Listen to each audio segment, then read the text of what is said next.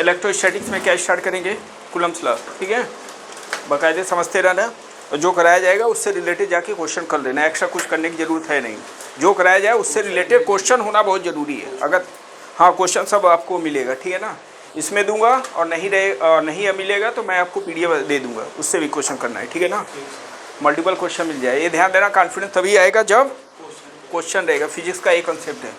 तो direct Coulomb's law ले रहा हूँ, ठीक है ना। Coulomb's law, Coulomb's law, relative permittivity बताया था ना, आपको भी बताया था रिलेटिव। देखो एक बार काफ़ी में, चलो एक पॉइंट ले रहा हूँ, इसका यूज होगा, हालांकि इसके पहले का कोई रूल नहीं। रिलेटिव परमिटिविटी के से रिप्रेजेंट करते हैं, ठीक है, कैपिटल के लिखो। रिलेटिव परमिटिविटी क्लियर है, क्या होता है रिलेटिव परमिटिविटी? पढ़ चुके हो ना, आपका रिस्पॉन्सिबिलिटी है बताने का भाई।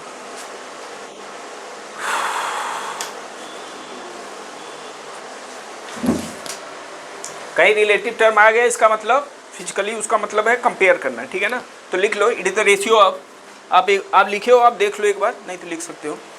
It is the ratio of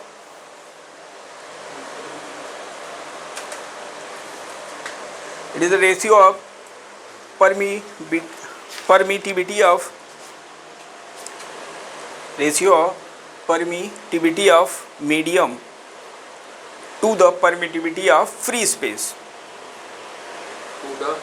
to the permittivity of free space, permittivity of free, यही था ना। देखते रहना बेटा, ठीक है ना। तो पूछा जाए तो रिस्पॉन्स भी करते रहो। मतलब क्या होता है बता रहा हूँ, बस सब बता रहा हूँ।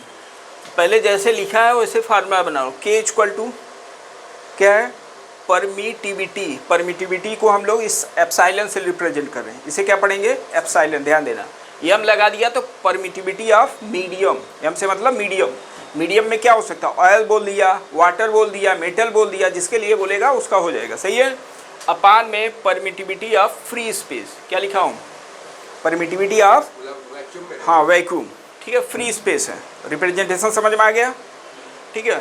तो इसका मतलब ये है, ठीक है, permittivity of medium to the permittivity of free space, उसे क्या बोल देंगे, रिलेटिव परमिटिविटी। इसका फिजिकल मीनिंग ये है कि एयर के रिस्पेक्ट में फ्री स्पेस, इसे बोल दो फ्री स्पेस या एयर, ठीक है, सब एक ही मतलब, फ्री स्पेस या एयर या वैक्यूम, ठीक है ना, सब एक ही मतलब, ठीक है। इसका मतलब कोई भी मीडियम एयर के रिस्पेक्ट में कितना डेंस है, जितना अधिक डेंस होगा उसका परमिटिविटी उतना ही हाई होगा। समझ में आ गया सब मतलब।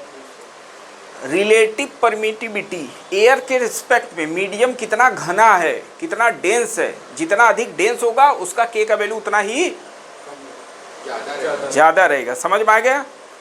अब एक बार एग्जाम में क्वेश्चन पूछा था कि ठीक है, गर्मी, अभी मान लो गर्मी है, ठीक है ना, गर्मी से मान लो कि ठंडी आने वाला है, ठंड, मान लो कि एनवायरनमेंट कुछ ऐसा था, हो गया कोहरा पड़ गया, तो जब कोहरा पड़ा तो परमिटिविटी बढ़ेगा घटेगा, हाँ हाँ, अरे नहीं, कुछ मान लो ये ऐसा था, मौसम कुछ ऐसा था, कोहरा पड़ गया, तो बढ़ जाएगा, क्योंकि घना हो गया ना, धुंधला पल हो गया, आप देख नहीं पाओगे ना, विजिबिलिटी कम हो जाएगा।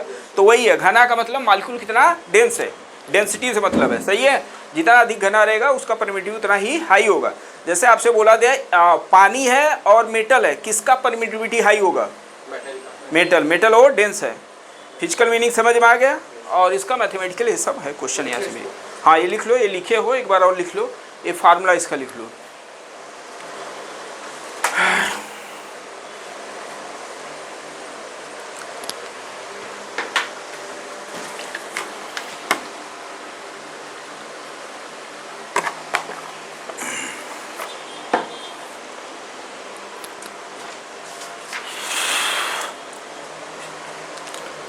एम से मतलब समझते ना, तो इसको क्रॉस मल्टीप्लाई करो, क्या मिले, एप्सिलॉन एम इक्वल टू के एप्सिलॉन नॉट, सही है।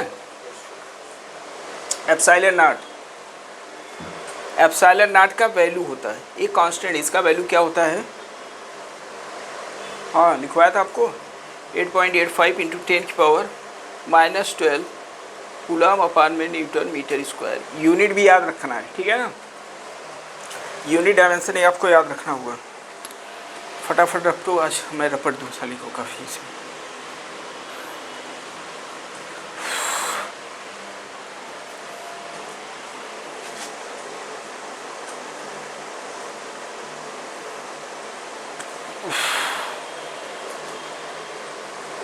हो गया। एप्सिलॉन नॉट का value 5 × 10⁻⁻12 unit coulomb square per newton metre square. Be careful, बहुत बार एग्जाम में यही सब पूछा है, इधर उधर के एग्जाम में यही सब पूछता है, क्योंकि स्टूडेंट को ये मालूम नहीं। इसका डायमेंशन भी लिख लो, यूनिट है बेटा, डायमेंशन DIM का मतलब पूरा लिख लो। डायमेंशन, डायमेंशन क्या होता है? डायमेंशन कूलाम का डायमेंशन। कूलाम चार्ज फंडामेंटल है कि डिराइव? डिस्कस किया था उस समय, बोला था फंडामेंटल नहीं है, डिराइव है, ठीक है। हाँ हाँ, Q/T करंट आपका फंडामेंटल है ना, 7 क्वांटिटी में चार्ज नहीं आता, तो Q = क्या लिखोगे? IT। इसका डायमेंशन में लिख लो। करंट को एम्पियर में मेजर करते हो, तो देखो लिख रहा हूँ इसका, क्या लिखोगे? एम्पियर × टाइम, और इसका स्क्वायर क्या आ जाएगा बोलो? A² T²। फोर्स का डायमेंशन MLT⁻⁻2 होता है, ठीक है, 11th का है। और यह डिस्टेंस, डिस्टेंस मतलब लेंथ, लेंथ का हो गया स्क्वायर। सही है इतना? चलो अब इसको सॉल्व भी कर लिया जाए। ऊपर लेके जाओ इसको, m⁻⁻1 देखते रहना इसी में। L और L² LQ ऊपर गया -3, सही है। T⁻⁻2 है, ऊपर गया प्लस हो जाए T⁻4, देखते रहना। और A⁻² है ही। समझ में आ गया? ये हो गया इसका फाइनल डायमेंशन। लिख लो डायमेंशन भी। तो इधर उधर मैचिंग बेस पे क्वेश्चन बना देते हैं डायमेंशन बेस पर।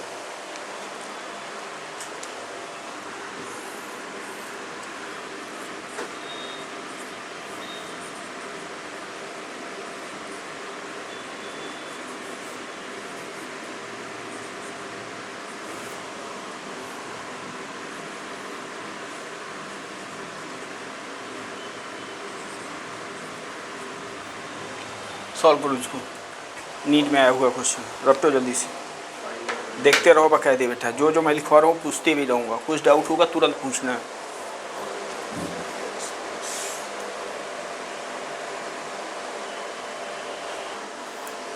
रटो इसे मल्टीप्लाई करो।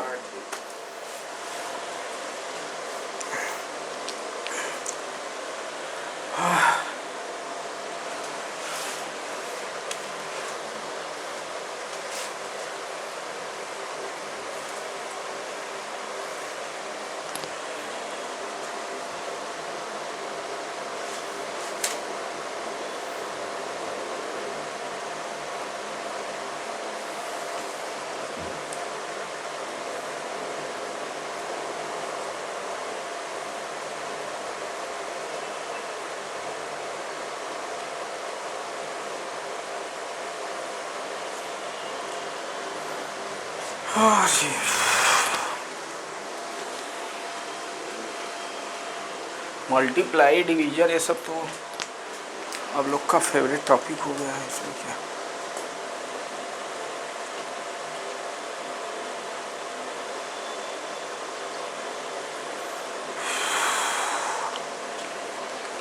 तो 9.620 आ रही है। हाँ, आपका मल्टीप्लाई करो। डेसिमल जहाँ पे लगाया वहीं पे बताना। दो प्लेस पे लगाया, दो प्लेस पे आएगा, बोलो। हाँ, तो 96.20 यही। अब जितना बोले उतना मैं लिख दिया। यूनिट बोलो फटाक से।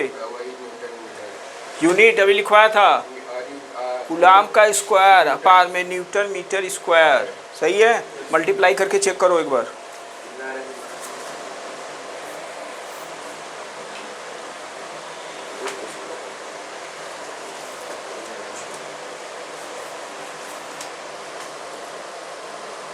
तो 96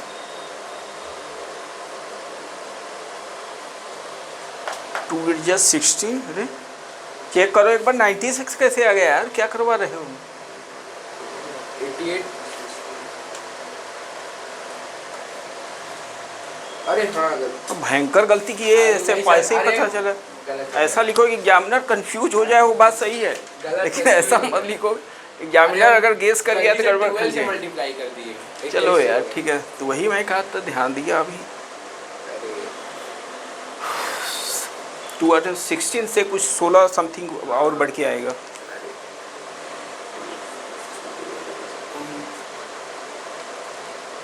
दो प्लेस पे कितना आया? 19 195.85 यही। चलो ठीक है, अब गलती नहीं होना चाहिए।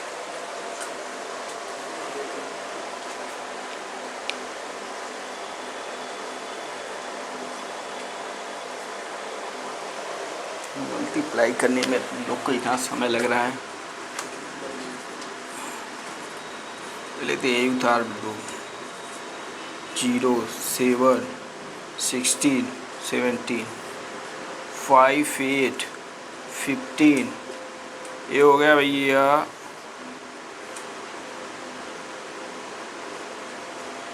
कितना रहा है यार तुम्हारा? यस सर 8 लिखे थे सर 9 बोल दिए। दो बार गलती हुआ है, ये ध्यान देना। अरे नहीं, वहाँ 6 आ गया, सही है लगभग। चलो ठीक है, मल्टीप्लाई में मैं ये कह रहा हूँ कि गड़बड़ी नहीं होना चाहिए यार, करेक्ट में जा चुके हो। एक बार करो एकदम पूरा कॉन्फिडेंस के साथ, इसीलिए बोला जा रहा है डेली साला कैलकुलेशन करो। चलो, तो मेरे तरफ से रिलेटिव परमिटिविटी कंप्लीट कर चुका हूँ, और डिपेंड कर रहा है। बस एक ही क्वेश्चन आ गया। रिलेटिव परमिटिविटी है तो इंटरमीडिएट फॉर्म है ना, सब में अप्लाई होगा। कुलम्स लॉ में वो तो मीडियम आ रहा है, ठीक है। मीडियम को अलग से मैं बता दिया, ये सब इसी में लपेट देते हैं, ठीक है। तो अभी क्या मैं बताया, रिलेटिव परमिटिविटी। अब मुझे बताओ रिलेटिव परमिटिविटी का यूनिट क्या होगा? Coulomb square newton metre square. एकदम गलत, 100% गलत। क्यों गलत? क्या पूछ रहा हूँ ये ध्यान दो, मैं रिलेटिव परमिटिविटी पूछ रहा हूँ। गलती ये ऑप्शन में दिया था जो आप बोले हो ना, ये स्टूडेंट गलती। क्वेश्चन रिपीट करिए। मैं बोला हूँ रिलेटिव परमिटिविटी का यूनिट, एक परमिटिविटी का यूनिट पूछ रहा हूँ, रिलेटिव परमिटिविटी। रिलेटिव परमिटिविटी का मतलब के, और के क्या था? एप्सिलॉन है अपना एप्सिलॉन, एप्सिलॉन एप्सिलॉन का dimension same, unit same, cancel out. तो रिलेटिव परमिटिविटी डायमेंशन या यूनिट लेस है, वहाँ पे लिख लेना बेटा, यूनिट लेस है। क्या के यूनिट लेस है? समझ में आया क्यों? सर एक बार और समझ में नहीं आया। देखो, एक रिलेटिव टर्म यूज कर रहा हूँ, के इक्वल टू, आप लोग जो लिखा गया उसी पे ध्यान है, उसी जब पढ़ाओ उसी समय एकदम 100% कंसंट्रेट किया। इसे क्या बोलेंगे? आप बोलो जल्दी से। रिलेटिव परमिटिविटी, इसे क्या बोलेंगे? परमिटिविटी। परमिटी, हाँ एप्सिलॉन तो है। परमिटिविटी किसका? मीडियम का। परमिटिविटी किसका? फ्री स्पेस का। तो मैं बोल रहा हूँ रिलेटिव परमिटिविटी का इसका यूनिट, इसका यूनिट, इसका यूनिट अच्छा, हाँ। कैंसिल आउट हो जाएगा।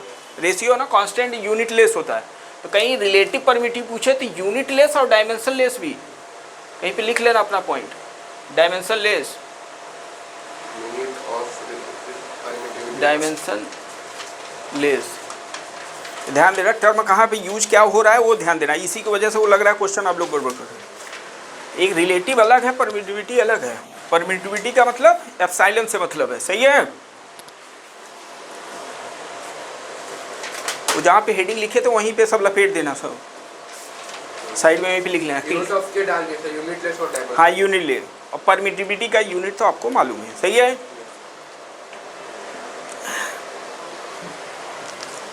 छोटा मोटा पॉइंट एकदम लिखे रहो, और राइटिंग वाइटिंग थोड़ा बनाए रखना बेटा।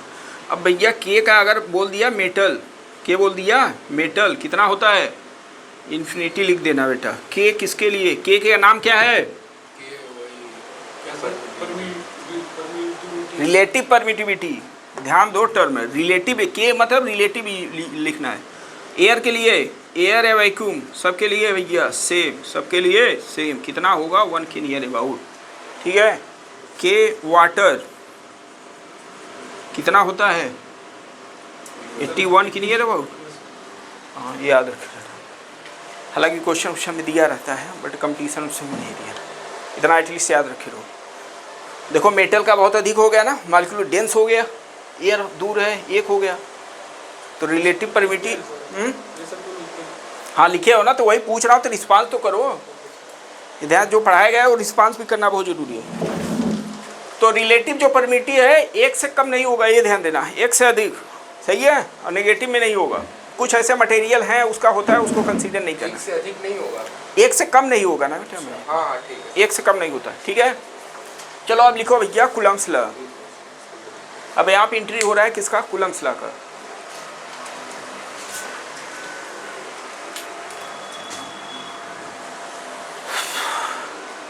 कूलम्ब्स लॉ,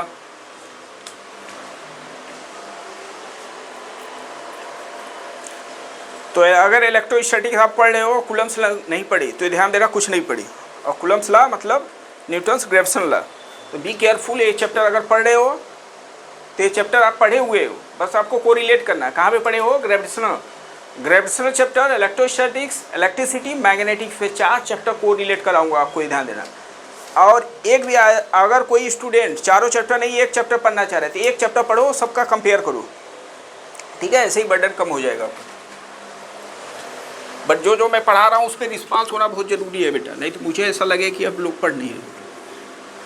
तो अब देखो कूलम्ब्स लॉ क्या बताएं, तो एक बार एग्जाम में पूछा है कूलम्ब्स लॉ किस पे बेस होता है, तो क्या बताओगे, Newton gravitation law. Newton gravitation law क्या था, sir F equal to G upon W by R square. हाँ, 2 मास दिया हो उसमें क्या होगा, ग्रेविटेशनल फोर्स लगेगा, ठीक है। प्लैनेट मास में लगते हैं ना ये सब, तो वही वाला लॉ। तो ये पहले बता चुके थे न्यूटन, तो न्यूटन के कुछ साल बाद आए कौन, कूलम्ब्स, ठीक है ना। अब कूलम्ब्स आए तो कूलम्ब्स को पहले मालूम नहीं था। अब देखो इनका पहले स्टेटमेंट क्या लिख लो, अकॉर्डिंग टू दिस लॉ लिखो पहले statement. According to this law electrostatic force between the two charge, electrostatic force between the two charge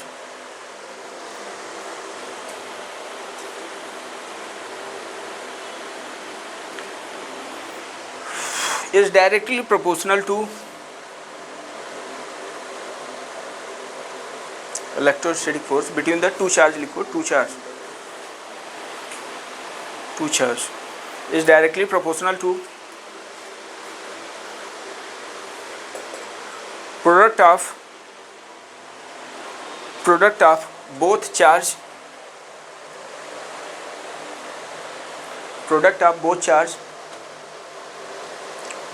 ठीक है, and inversely proportional to product of both charge and inversely proportional to square of distance between the both charge, proportional to square of distance of between both charge, distance of distance of, both charge. हाँ, distance of between the both charge लिख लो बस। क्या लिखे हो, square of distance लिख लो, square of distance, बस, बहुत बड़ा वो लैंग्वेज नहीं लिखा।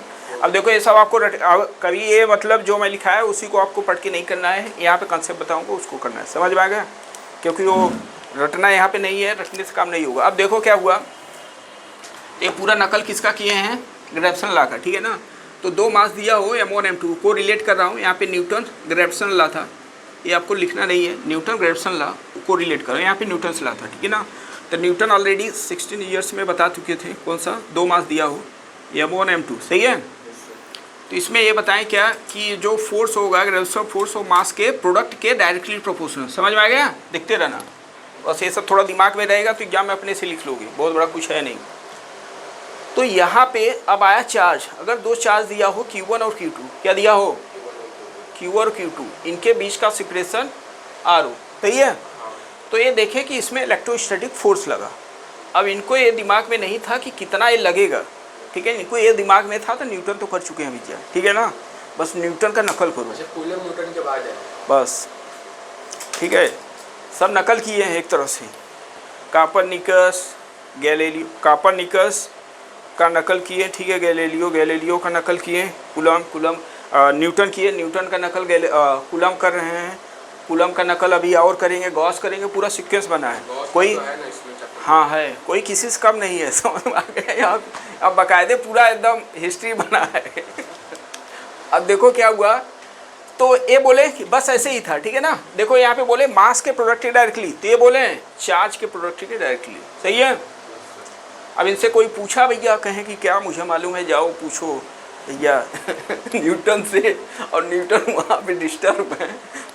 न्यूटन बहुत घबरा चुके थे, यहाँ बहुत कंट्रोवर्सी हुआ था। अब देखो क्या हुआ, ऐसे यहाँ पे ये बताओ, डिस्टेंस बढ़ाओगे तो फोर्स बढ़ेगा घटेगा? डिस्टेंस बढ़ाएंगे तो फोर्स घटेगा। घटेगा। इसका मतलब घटेगा तो कौन सा चलेगा, यूनिवर्सली चलता है क्या? सर बढ़ाओगे तो घटेगा, बस ऐसे ही दिमाग लगा नहीं रहा। बोलो यहाँ पे भी क्या लिखोगे? ये भी बोले कि यूनिवर्सली है स्क्वायर के, तो ये भी बोले कि मैं भी बोले लिखूंगा यूनिवर्सली स्क्वायर के, देखता हूँ कौन क्या करता है। अच्छा डिस्टेंस है इसका। सही है, डिस्टेंस बढ़ाओगे घटेगा, समझ में, बस वैसे ही है, थोड़ा सा सब इधर उधर किए हैं, समझ में आ गया। अब ये क्या किए हैं, कंबाइन कर दिए। कंबाइन करोगे तो क्या बोलो, m1 m2 अपान में r स्क्वायर। ये भी बोले कि मैं भी कंबाइन करूँगा, क्या लिखूँगा, बोलो क्या लिखा जाएगा? एक मीडियम की यूनिवर्सली रहेगा, ये ध्यान देना, मीडियम की यूनिवर्सली एक्स्ट्रा रहेगा, ठीक है ना, वो तो अलग आ गया। मीडियम की यूनिवर्सली रहेगा, मीडियम बढ़ाओगे तो फोर्स यहाँ पे घटेगा, ठीक है ना।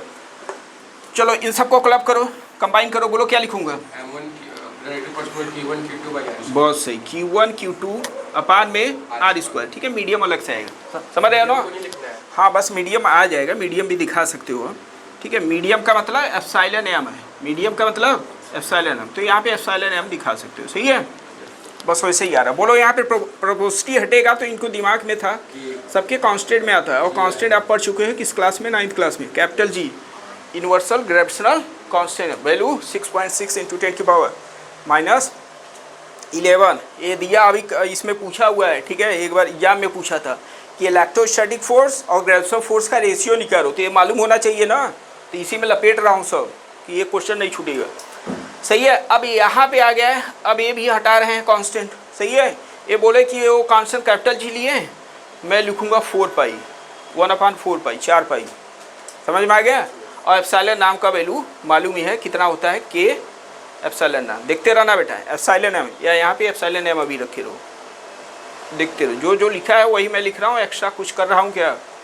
एक्स्ट्रा तो भैया गुलाम कर रहे हैं, मैं क्या कर रहा हूँ, समझ में आ गया। ये फार्मूला तैयार हो गया, बस बहुत बेजोड़ फार्मूला लेके आए हैं, बस एक कुछ काम नहीं किए हैं, बोले हैं कि बस ऐसे ऐसे होगा, और कैलकुलेट किया गया, एग्जैक्ट वैल्यू है, ठीक है ना, ऐसे ही का है।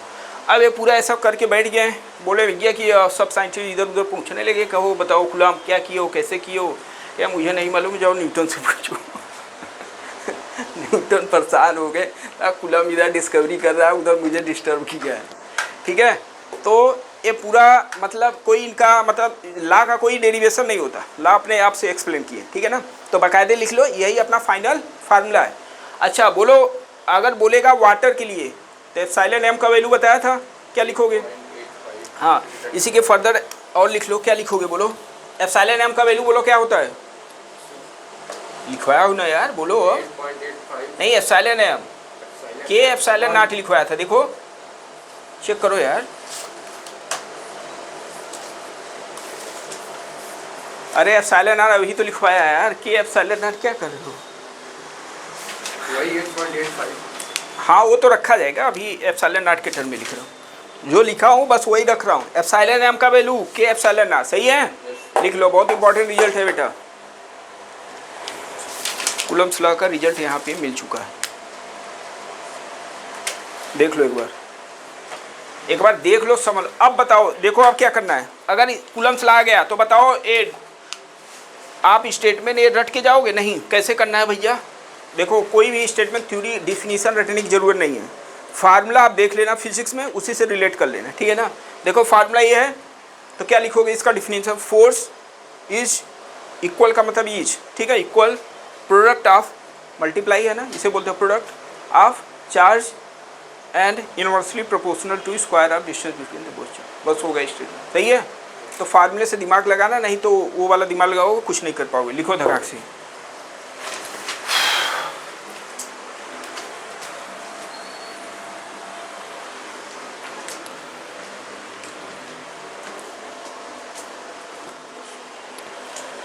तो हम लोग फार्मूला कूलम्ब्स लॉ तक फाइनली यहाँ तक पहुँच चुके हैं, अगर कूलम्ब्स लॉ में दो चार्ज के बिटवीन फोर्स पूछ रहा है तो क्या बताएंगे, के Q1 Q2 अपान में आर स्क्वायर, के का वैल्यू 9 × 10⁹ 9 × 10⁹ किसका वैल्यू होता है, के का वैल्यू, और एप्सिलॉन नॉट के टर्म में किसका वैल्यू था 1 अपान में 4 एप्सिलॉन नॉट।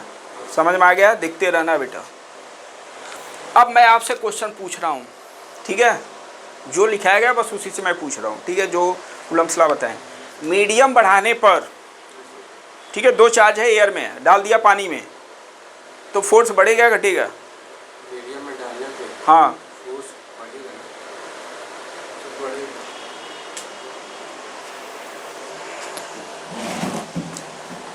दो चार्ज है यहाँ पे, दो चार्ज है, एक यहाँ पे दीवार खड़ा कर दिया, फोर्स बढ़ेगा घटेगा, तो पानी में डाल दिया घटेगा। घटेगा ना यार, मीडियम आ चुका है उसी में, एयर एकदम खाली है, अधिक फोर्स लगेगा, बस वही है, समझ में आ गया।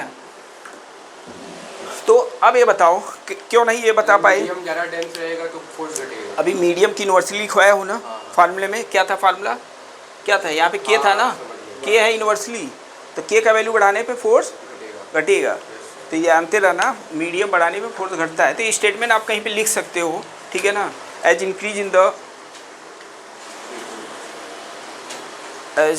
इंक्रीज ये कहीं स्टेटमेंट में ऐसा लिख लेना अलग अलग कलर से, ठीक है ना, as increase in the medium bracket में के लिख देना, as increase in the medium electrostatic force decreases, medium bracket में के लिख देना, मीडियम बोल रहा हूँ तो के, ठीक है, फोर्स डिक्रीजेज, फोर्स भैया हो जाएंगे डिक्रीज। तो ये तो फार्मूला, कुछ भी अगर मैं पूछ रहा हूँ फार्मूला देख के ही कोरिलेट करना है, एक्स्ट्रा दिमाग मत लगा। फोर्स के बाद सर फोर्स डिक्रीजेज यूनिवर्सली था ना, फोर्स डिक्रीजेज भी लिख लो। कोई भी अब फिजिक्स में कुछ भी पूछे, मैं कह रहा हूँ आपको कुछ नहीं मालूम है, मैं कह रहा हूँ नहीं पढ़े हो आप, मैं कह रहा हूँ कि ऐसे समझ लो कि एकदम मान लो कि ऐसा स्टूडेंट है एकदम कभी पढ़ा नहीं, एग्जाम देने जा रहा है, सही है, बस फार्मूला तुम देखते रहो। अब फार्मूले से मैं पूछ रहा हूँ, अब मैं क्वेश्चन आपसे पूछ रहा हूँ, कोई भी कुछ पूछे, ये समझ लो फिजिक्स में 90% है फार्मूला देख के कोरिलेट करना, सही है। चलो अब मैं क्वेश्चन ये पूछ रहा हूँ, दो चार्ज है, अभी फोर्स कुछ लग रहा है, अब दोनों चार्ज का वैल्यू डबल कर दिया, फोर्स कितना टाइम्स हो जाएगा, दो चार्ज है, फिर से बोलिए एक बार क्वेश्चन। दो चार्ज था, हाँ ठीक है ना, अभी कुछ लग रहा होगा फोर्स, हाँ, दोनों चार्ज का वैल्यू डबल कर दिया, तो फोर्स भी डबल हो जाएगा। उसी में देख के फार्मूले में देख के कभी डायरेक्टली प्रोपोर्शनल है तो डबल। देख कितना टाइम्स हो जाएगा, डबल हो जाएगा सर। अरे फोर्स तो बढ़ेगा ही ना, बढ़ेगा, ठीक है, डबल ही होगा कि और कुछ होगा, डबल ही होगा। दिखते हो उसी फार्मूले, अरे यार मुझे याद है। डायरेक्टली प्रोपोर्शनल है। ये बताओ, मैं बोला दोनों डबल हो गया ना बेटा, कितना टाइम्स हो गया, 4 टाइम्स, समझ में आ गया। ये भी एग्जाम में पूछा, जब पूछा जाता है एकदम पूरा कंसंट्रेट रखो, आप लिख ठीक है ना? तुम कर ही लेते, आप ऐसे बोले तो इसलिए बोल। हाँ इसीलिए मैं बोल रहा हूँ कि गलती करोगे, और हज़ार नहीं 1000 बार गलती करते हैं स्टूडेंट, इसीलिए बोलता हूँ उसी में रिलेट मैथमेटिकली ऐसा लिखते रखो। ये समझ में आएगा मीनिंग, कैसे लिखना हो तो ऐसा लिख सकते हो, क्वेश्चन लिख लो, क्योंकि मैं जानो छोटा मोटा क्वेश्चन है, समझने के लिए आपके लिए बहुत अच्छे क्वेश्चन है, तो लिख लो। एक क्वेश्चन आप लिख लो, ऐसा लिखो question, if the force between the two charge is capital F,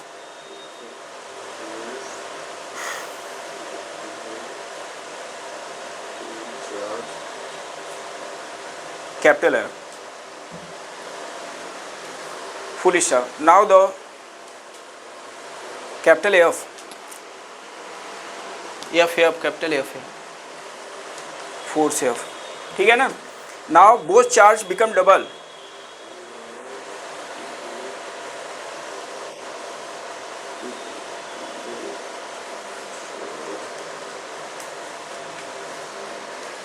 force, now the both charge become double at the same distance, distance same है, ठीक है ना। then force become at the same distance, हाँ distance दोनों के लिए same है, then force become. हाँ then force become, पहला ऑप्शन,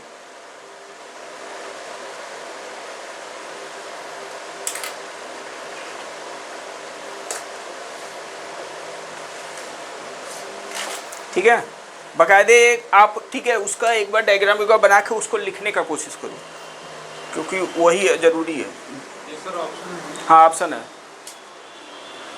लिख के मुझे दिखाओ कैसे 4F हो गया।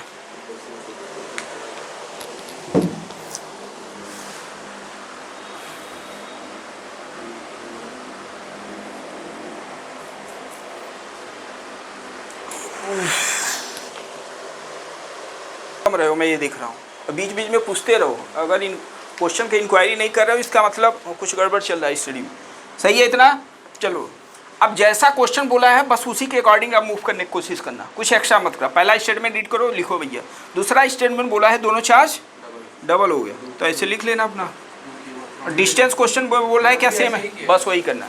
हाँ यही पैटर्न होना चाहिए सॉल्व करने का, क्वेश्चन में सोल्यूशन होता है। अब बताओ फोर्स कितना हो जाएगा, तो लेट कर लिया फोर्स F डैश, बोलो क्या लिखूँ फोर्स का? सर 9। अरे के लिखो ना, चार्ज 2Q, ऐसे ही करना है, हम डायरेक्ट सॉल्व करेंगे। ये भी 2Q, हाँ सही है, डायरेक्ट लिखना ही है आपको। अपान में डिस्टेंस वही रहेगा, बोलो क्या लिखूँ? 2 और 2 मल्टीप्लाई 4Q लिखो, 4Q1 के 4Q1 Q2 अपान में R स्क्वायर, सही है। अब क्या करोगे, अब ऐसे अननोन बहुत है, अगर अननोन बहुत है तो उस केस में क्या करते हैं, डिवाइड करते हैं, ये ध्यान देना। अननोन बहुत अधिक है तो उस केस में डिवाइड करते हैं, ठीक है ना, तो डिवाइड कर दो भैया। ऐसा कहीं क्वेश्चन है इतना इतना हो गया, इतना इतना हो गया, तो हर केस में क्या करना है, डिवाइड करना। तो सेकेंड बाई 2 कर दो, सेकेंड बाई 1। सेकेंड इक्वेशन का लेफ्ट हैंड साइड से डिवाइड करो, राइट हैंड साइड राइट से। बोलो क्या लिखूं लेफ्ट हैंड साइड पे? सेकेंड का लेफ्ट हैंड साइड, इक्वेशन सब लिखा हुआ है, जिससे पूछ रहा हूँ उसे। अरे बेटा लिखा है सेकेंड इक्वेशन ना, लेफ्ट हैंड साइड कितना है इसका? हाँ एक इक्वेशन ये है, इस इक्वेशन केवल देखो F डैश है, सही है। और फर्स्ट इक्वेशन का लेफ्ट हैंड साइड क्या है?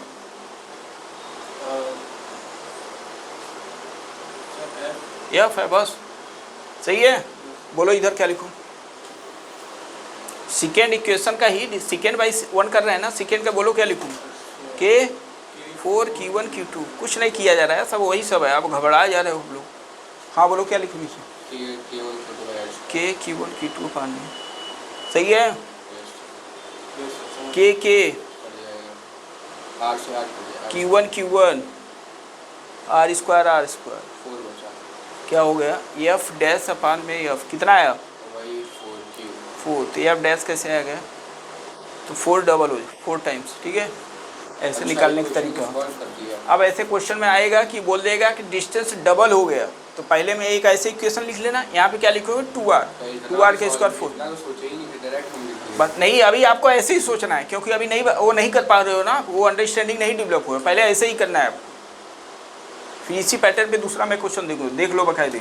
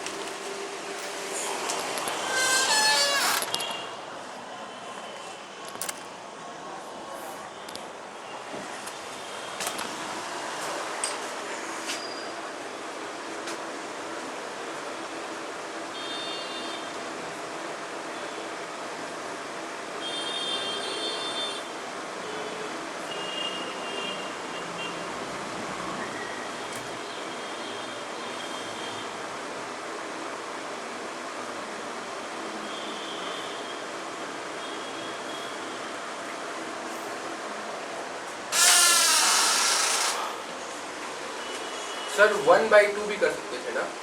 कहाँ पे 1/2? हाँ कोई भी कर दो, बिल्कुल कर सकते हो, आएगा आंसर वही। ये कराने का एक तजुर्बा आपको बता रहा हूँ, कोई क्वेश्चन कैसे सॉल्व करना है, नहीं तो एग्जाम के बाद सबको याद आता है। हाँ डिस्टेंस सबके लिए सेम रहेगा। क्वेश्चन में बोला है दो चार्ज के बिटवीन फोर्स कितना है 8 न्यूटन, अब दोनों चार्ज के बीच का डिस्टेंस हो गया डबल, तो फोर्स कितना टाइम्स हो जाएगा, ये आपसे क्वेश्चन पूछा है। 4 ऑप्शन लिखो, ठीक है ना। 8 न्यूटन ही रहेगा, 4 न्यूटन हो जाएगा, 2 न्यूटन हो जाएगा, और न समझ में आया तो नन ऑफ दीज जिंदाबाद। क्वेश्चन लिखो, ऑप्शन लिखो, और एक्स्ट्रा कुछ नहीं करना, अपने से कर लो, फिर डायग्राम बनाओ, जो जो जैसा दिया हो वैसे लिख दो, बस एक्स्ट्रा कुछ नहीं करना है।